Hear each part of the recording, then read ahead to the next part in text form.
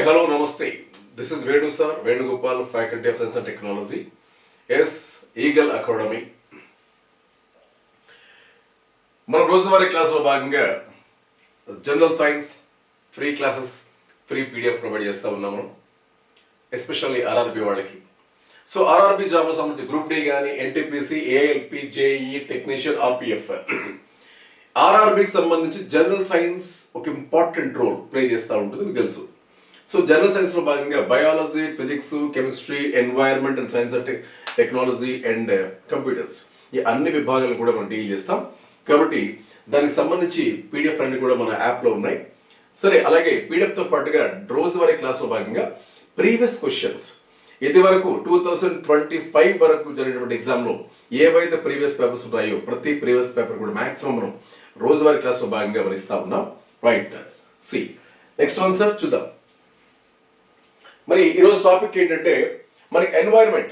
ఈరోజు మనం చెప్పుకున్న టాపిక్ లో జనరల్ సైన్స్ లో భాగంగా ఎన్వైరన్మెంట్ స్టార్ట్ చేసాం. ఈరోజు క్లాస్ లో భాగంగా ఎన్వైరన్మెంట్ లో మనకి టాపిక్స్ ఏమేమి ఉన్నాయి? ఇకాలజీ, ఇకోసిస్టమ్, ఆవరణ శాస్త్రం, ఆవరణ వ్యవస్థ. రెండోది జీవ వైవిధ్యం, బయోడైవర్సిటీ. మూడోది వైల్డ్ లైఫ్ కన్జర్వేషన్, వన్యప్రాణి సంరక్షణ, అవి కూడా చెప్పుకుంటాం మనం. వైల్డ్ లైఫ్ కన్జర్వేషన్ చెప్పుకుంటాం. అలాగే నాలుగవది పొల్యూషన్, కాలుష్యం అనే టాపిక్ చెప్పుకుంటా ఉన్నాం.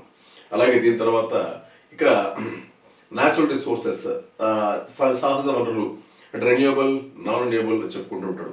Like climate change or environmental issues, global warming, ozone depletion, acid rain, ఆ టాపిక్స్ కూడా మనం చెప్పుకుంటాం. క్లియర్? సరే సార్, ఈ రోజు మనం ఏం చేస్తామంటే వైల్డ్ లైఫ్ కన్జర్వేషన్ టాపిక్ చూద్దాం. వన్యప్రాణి సంరక్షణ, వన్యప్రాణి సంరక్షణ, wildlife conservation and biodiversity అనే టాపిక్ మనం చూస్తున్నాం. జీవ వైవిధ్యం. So biodiversity, wildlife conservation. అసలు what is biodiversity? Wildlife conservation ఎలా మంచి కాపాడుతాం మనం? ఓకే సార్, బయోడైవర్సిటీ అంటే బయో అంటే లివింగ్ బీయింగ్స్ అండి, డైవర్సిటీ అంటే రకరకాల చెప్పుకోవడం. అంటే రకరకాల జీవులు ఒక ప్రాంతంలో విస్తరించి ఉండటం. సపోజ్ చూడండి, జూ పార్క్ వెళ్తే రకరకాల జీవులు ఉంటాయి, ఏనుగులు ఉంటాయి, పులులు ఉంటాయి, మొసళ్ళు ఉంటాయి, అన్నీ ఉంటాయి. మొక్కలు కూడా రకరకాల మొక్కలు ఉంటాయి. అంటే ఒక నిర్ణీత భౌగోళిక ప్రాంతంలో ఒక ఫనా అండ్ ఫ్లోరా విస్తరించి ఉంటాయి. క్లియర్? అంటే ఏంటి? Variety of various kinds of different living beings on earth on a particular area is called biodiversity. Clear? అంటే ఈ ప్రపంచంలో రకరకాల వృక్ష జాతులు, రకరకాల జంతు జాతులు కనిపిస్తాయి. సో చూడడానికి వినసొంపుగా ఉంటుంది, వినడానికి కూడా, చూడడానికి కూడా చాలా అందంగా అనిపిస్తూ ఉంటాయి అన్నమాట. అలాంటి రకరకాల జీవులు ఒక ప్రాంతాన్ని ఆక్రమించి ఉండటాన్ని బయోడైవర్సిటీ అంటాం. క్లియర్? మరి ఆ బయోడైవర్సిటీని కాపాడడానికి మనకి వన్యప్రాణులు ఎలా కాపాడుతాం? ఈ రోజుల్లో క్లైమేట్ చేంజ్ వలనో లేకపోతే మానవ యొక్క అభివృద్ధి కార్యక్రమాల వలనో జీవ వైవిధ్యంతో నష్టపోతూ ఉంది. క్లియర్? అయితే ఈ బయోడైవర్సిటీకి సంబంధించి చూడండి, మనకి ఎన్నోసార్లు వచ్చిన బిట్లు ఏంటంటే బయోడైవర్సిటీ, దీనికి యాక్ట్ అడిగాడు ఎక్కువ ప్రీవియస్ పేపర్లో. బయోడైవర్సిటీ చట్టం ఎప్పుడు చేశారు అని బిట్లు వచ్చినాయి, యాక్ట్. అలాగే బయోడైవర్సిటీ దినోత్సవం ఎప్పుడు అడిగేవాడు? May 22. క్లియర్? బయోడైవర్సిటీ డే ఎప్పుడైతే May 22 అడిగేవాడు. ఈ రెండు కూడా మోస్ట్ ఇంపార్టెంట్ పాయింట్స్ అండి. క్లియర్? రైట్. నో తర్వాత మరి ఈ బయోడైవర్సిటీ సంబంధించి అంతర్జాతీయ బయోడైవర్సిటీ హెడ్ క్వార్టర్స్ ఎక్కడ ఉంది? ఇంటర్నేషనల్ బయోడైవర్సిటీ హెడ్ క్వార్టర్స్ ఎక్కడ ఉందంటే ఇటలీ రాజధాని రోమ్లో ఉందండి. ఇటలీ రాజధాని రోమ్, దీంట్లో ఉందండి. సరే, ఈ బయోడైవర్సిటీ సంబంధించి వన్యప్రాణులు కూడా ఒక ముఖ్యమైన విభాగం అండి. ఈ బయోడైవర్సిటీలో వన్యప్రాణులు ఏ విధంగా కాపాడుతాము? వన్యప్రాణులు కాపాడడానికి ప్రధానంగా రెండు రకాల విభాగాలు ఉంటాయి. మొదటిది ఏంటంటే ఇన్ సిటు కన్జర్వేషన్. ఏమంటాం సార్? In situ conservation. రెండవది ఎక్స్ సిటు కన్జర్వేషన్ అంటాం మనం. Ex situ conservation. Yes, in situ అంటే ఏంటంటే అంతఃస్థానీయ,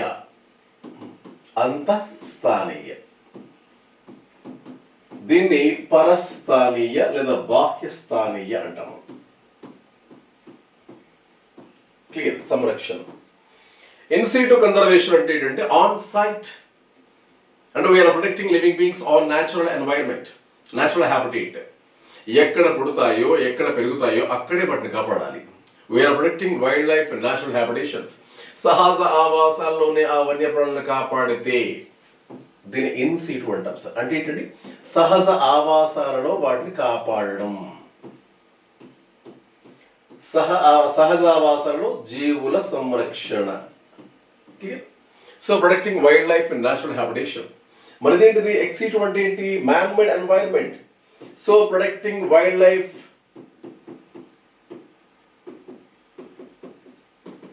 in man made atmosphere, man made environment. అంటే మ్యాన్ మేడ్ ఎన్వైరన్మెంట్ ఏముంటాయి సార్ ఇక్కడ? ఇవేమో న్యాచురల్ హ్యాబిటేషన్ అంటున్నాం, సహజ ఆవాసాలలో మనం దీన్ని కాపాడుతూ ఉన్నాం, సహజ ఆవాసాలు. క్లియర్. సో ఇక్కడ చూసినట్లయితే ఒక్కోసారి తిరుపతి వెళ్ళేటప్పుడు చూడండి, ఆ మధ్య పేపర్లో వచ్చింది, తిరుపతి వెళ్తుంటే ఎవరో పాపని పులి పట్టుకెళ్ళిపోయింది చెప్తుంటాం, పాపని పులి తీసుకెళ్ళిపోయిందంట కదా అని వింటుంటాం. అంటే ఏంటి, అక్కడ ఫ్రీగా తిరుగుతూ ఉంటాయి, ఆయా పార్కుల్లో సహజ ఆవాసాల్లో ఫ్రీగా తిరుగుతూ ఉంటాయి. అలా ఫ్రీగా తిరిగేటువంటి జీవరాశులు ఉండేటువంటి ప్రాంతమే దాన్ని నేషనల్ పార్క్ అంటారు.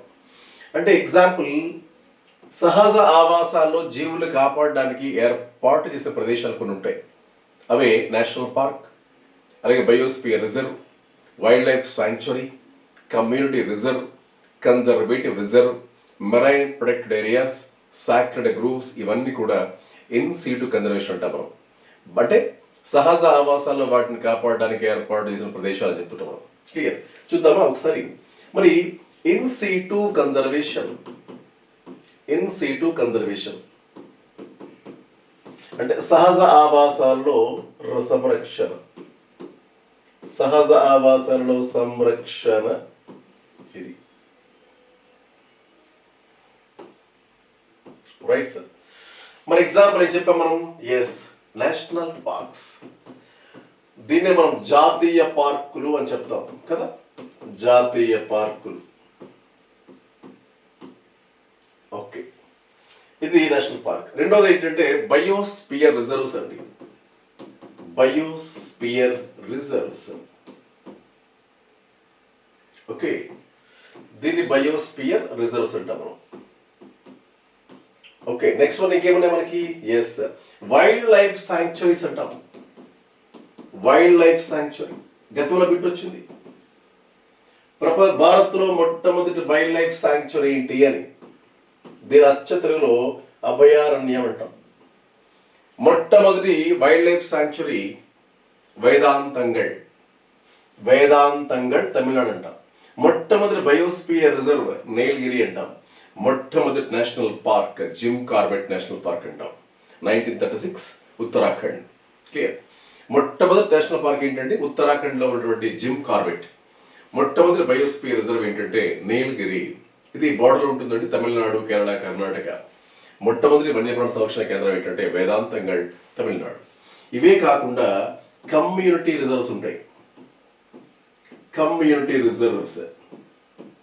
అలాగే కన్జర్వేటివ్ రిజర్వ్స్ అంటాం, కన్జర్వేటివ్ రిజర్వ్స్. క్లియర్.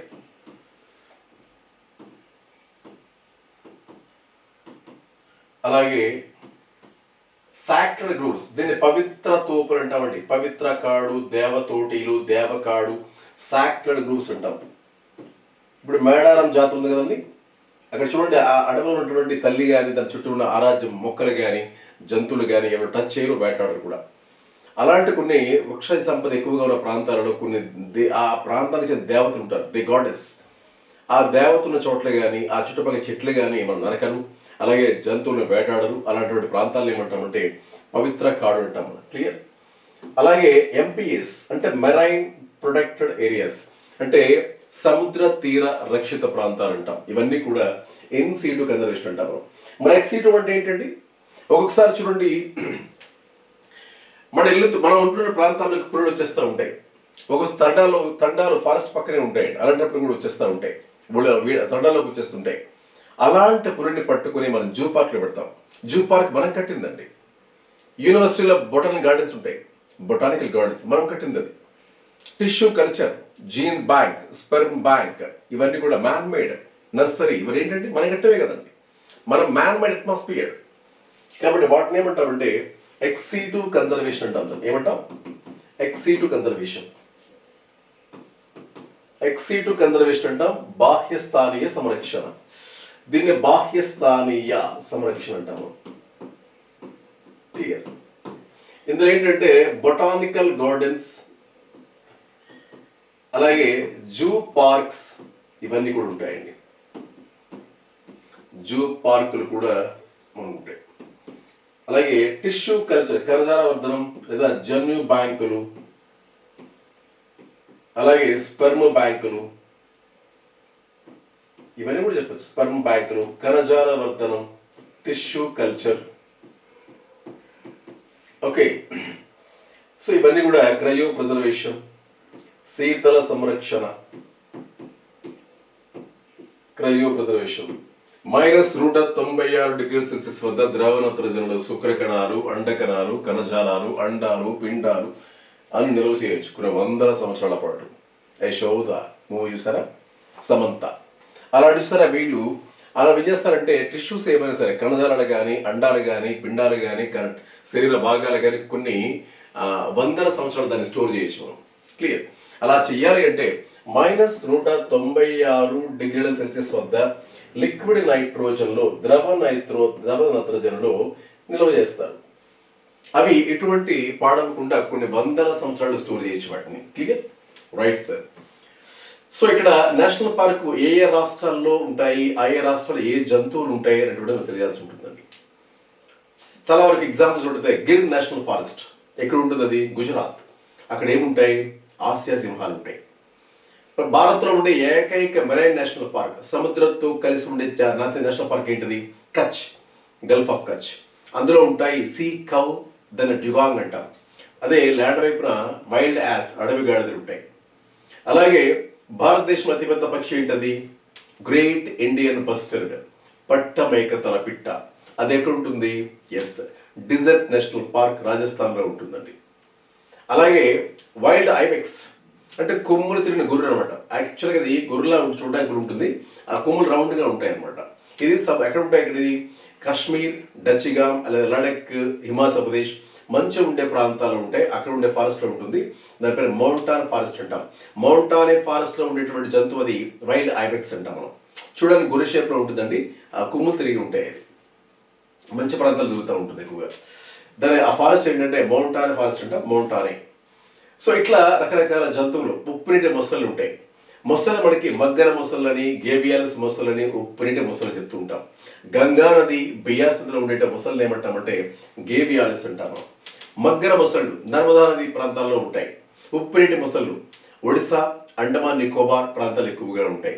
ఒడిశాలో ఏమిటి? బిత్తరకనిక, సిమ్లీపాల్ వాటిలో ఉంటాయి. ఇలా రకరకాల జీవులు ఆయా నేషనల్ పార్క్స్ ఉంటాయండి. నేషనల్ పార్కులు మీకు బిట్స్ ఎలా వస్తాయంటే, నేషనల్ పార్క్ ఏ స్టేట్లో ఉంటాయి, లేదా state national park match the following ఇస్తాడు, లేదా నేషనల్ పార్క్ అందులో ఉండే యాన్యువల్ మ్యాచ్ ద ఫాలోయింగ్ ఇస్తాడు, లేకపోతే నేషనల్ పార్క్స్ని నార్త్ నుంచి సౌత్కి అమర్చమంటాడు, లేదా లెఫ్ట్ నుంచి రైట్కి అమర్చమంటాడు. క్లియర్? ఆ విధంగా మనం చూసుకోవాల్సి ఉంటుందండి. బయోస్ఫియర్ రిజర్వ్స్ కూడా అలాగే ఉంటాయి. అలాగే వైల్డ్ లైఫ్ శాంక్చురీస్ కూడా. మన ఆర్ఆర్బిలో రైల్వేకి సంబంధించి ప్రీవియస్ పేపర్లో ఏ బిట్లు వచ్చినాయో చూద్దాం ఒకసారి మనం. Right no. First one, the Indian wild ass is found in. ఇండియాలో అడవి గాడిదలో ఉండేటువంటి రాష్ట్రం ఏంటి అంటూ ఉన్నాడు. ఇప్పుడే మీకు చెప్పానండి, గుజరాత్. గుజరాత్లో గల్ఫ్ ఆఫ్ కచ్. గుజరాత్లో ఇక్కడ గల్ఫ్ ఆఫ్ కచ్ అనేటువంటి కచ్ నేషనల్ పార్క్ అంటాం. ఇదే కచ్ నేషనల్ పార్క్ అంటాం, జాతీయ పార్క్. ఇందులో ఉంటాయండి. క్లియర్? అలాగే నీటి వైపు ఉండేటువంటి భాగంలో సీ కౌ, డ్యూగాంగ్ కాపాడబడుతుంది. ఇక్కడేమో అడవి గాడిదలు కాపాడబడతారు, వైల్డ్ యాస్ అంటాం. టూరిజం సైట్ కూడా ఇది.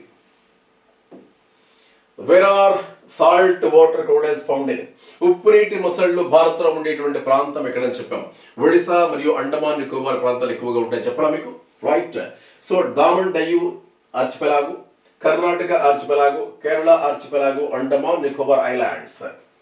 Answer is Andaman Nicobar.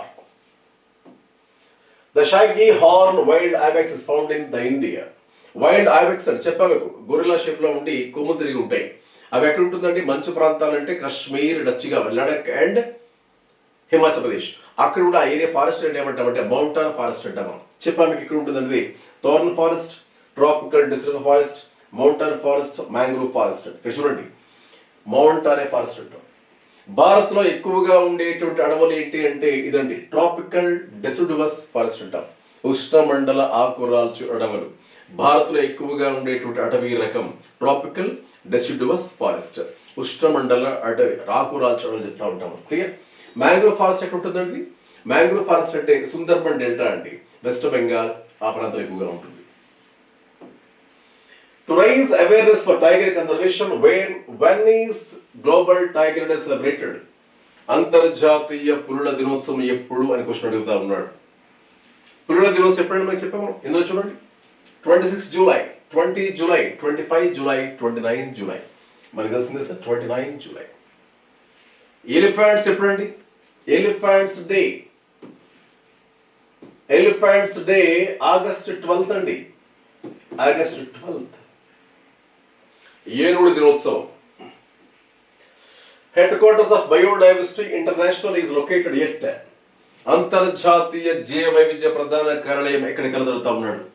International biodiversity head quarters is located at Rome. చెప్పాము కిందాక ఇటలీ రాజధాని రోమ్ లో ఉంది అంతర్జాతీయ జీవ వైవిధ్య ప్రధాన కార్యాలయం.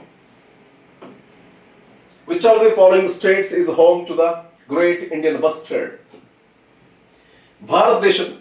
భారతదేశంలో అతిపెద్ద పక్షి గ్రేట్ ఇండియన్ బస్టర్డ్. దీన్ని బట్ట మేకతల పిట్ట అని చెప్తా ఉంటారు.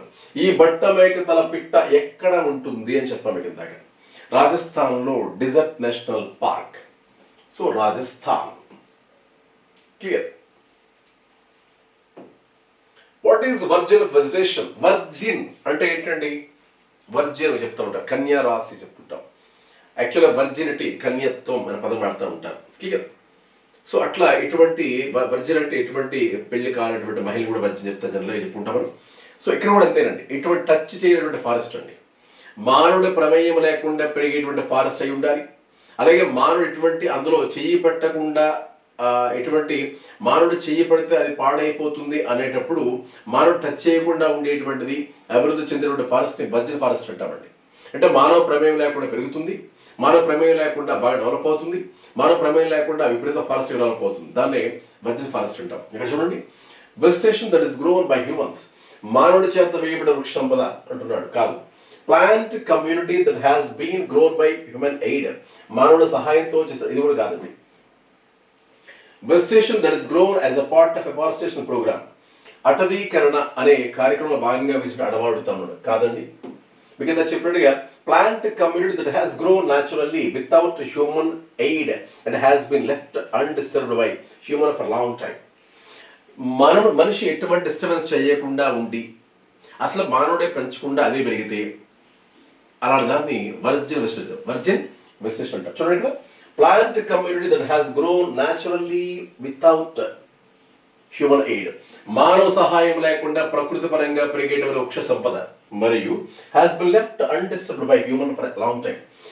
చాలా కాలం పాటు మనిషి ఎంటర్ అవ్వకుండా ఉండి బాగా బలంగా అభివృద్ధి చెందిన ఒక ఫారెస్ట్ ఏరియానే వర్జిన్ ఫారెస్ట్ అంటాం. క్లియర్. ఆప్షన్ 4 అంటే ఏంటి? ఇక్కడ మానవ ప్రమేయం ఉండదు, ప్రకృతి పరంగా పెరుగుతుంది, డిస్టర్బ్ చేయకుండా ఉండేటువంటి ఫారెస్ట్ ఏమంటాం? వర్జిన్ ఫారెస్ట్ అంటాం. Right, no sir. The Sundarban Delta is formed by which of the following rivers? Sundarban Delta ఏ రెండు నదుల కలయికలో ఏర్పడుతుంది? సుందర్బన్ ఈ పేరు మీద చాలా ఉంటాయండి. Sundarban forest, Sundarban national park, Sundarban biosphere reserve, Sundarban wetland, Sundarban tiger reserve, Sundarban national చాలా ఉంటాయండి. ఈ సుందర్బన్ మ్యాంగ్రోవ్ ఫారెస్ట్ ఎక్కడ ఉంది? వెస్ట్ బెంగాల్. ఇదే సుందర్బన్ బ్రహ్మపుత్ర రివర్ దగ్గర కూడా ఉంటుందండి. అందుకే గంగా మరియు బ్రహ్మపుత్ర, గంగా నది బంగాళాఖాతం కలిసే ప్రదేశం ఎక్కడండి? West Bengal.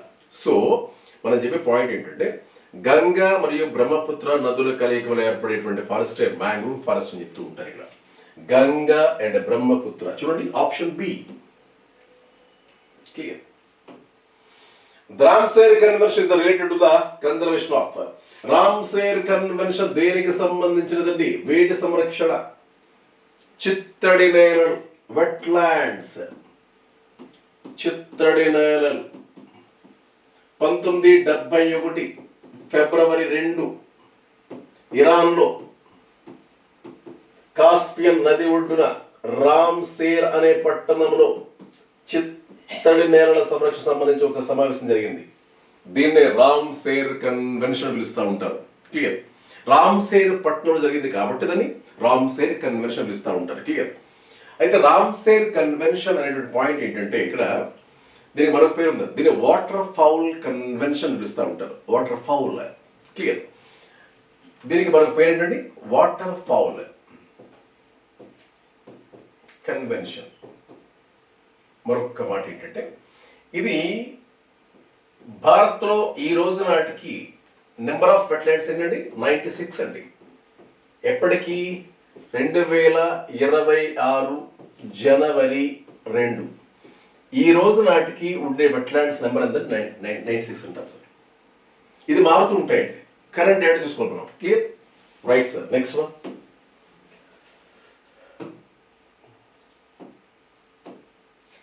Where is the Simlipal Biosphere Reserve is located? Simlipal Biosphere Reserve ఎక్కడ ఉందంటా ఉన్నాడు. మీకు చెప్పాను సిమ్లీపాల్, బిత్తరకనిక, బలియాపాల్ ఇవన్నీ ప్రాంతాలు ఒడిశా రాష్ట్రానికి చెందినటువంటివి. సరే, ఇక్కడ నేషనల్ పార్కులు, బయోస్పియర్ రిజర్వులు, వన్యప్రాణి సంరక్షణ కేంద్రాలు ఇవి నేర్చుకోవాలంటే కొద్దిగా political geography, physical geography idea ఉండాలండి. ఆ ప్రదేశాల పేర్ల ఐడియా ఉంటే మనం ఈజీ గుర్తుపెట్టుకోవచ్చు. క్లియర్. సిమ్లీపాల్ అంటే ఒడిశా. సిమ్లీపాల్. క్లియర్.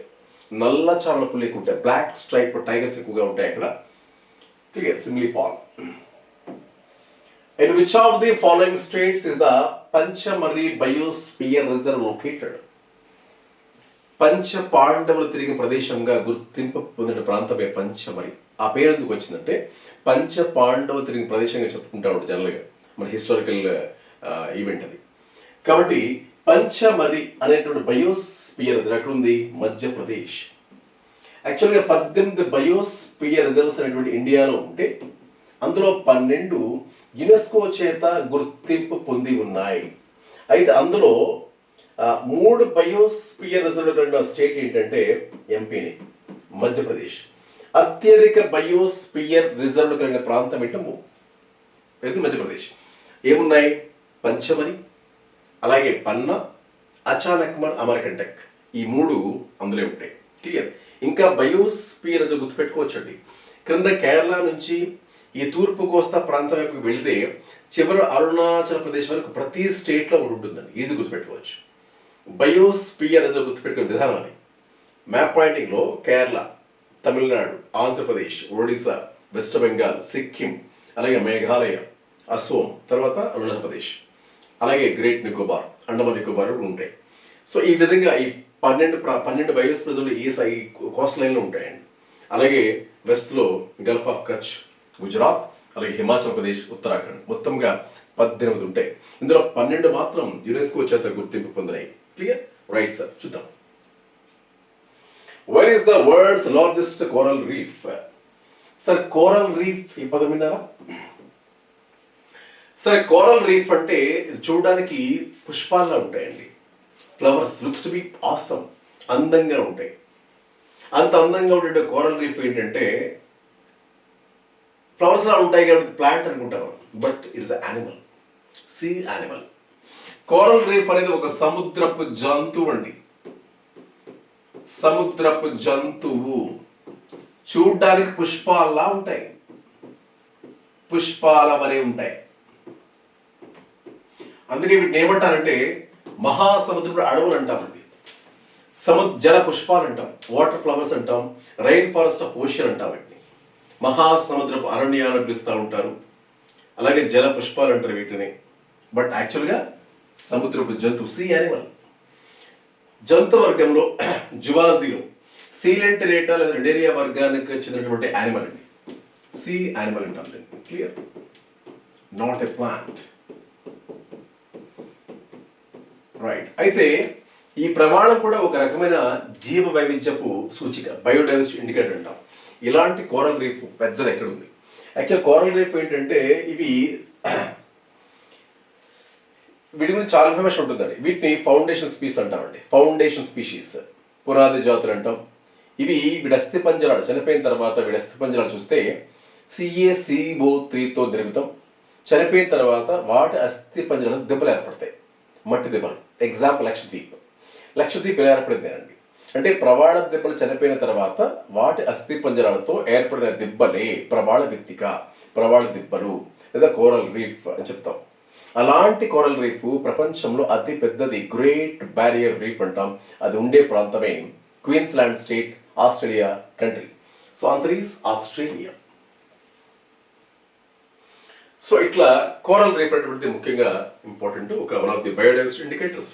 రైట్, ఇది RRB సంబంధించి కొన్ని previous paper right. Download Venu sir Eagle Academy. Thank you.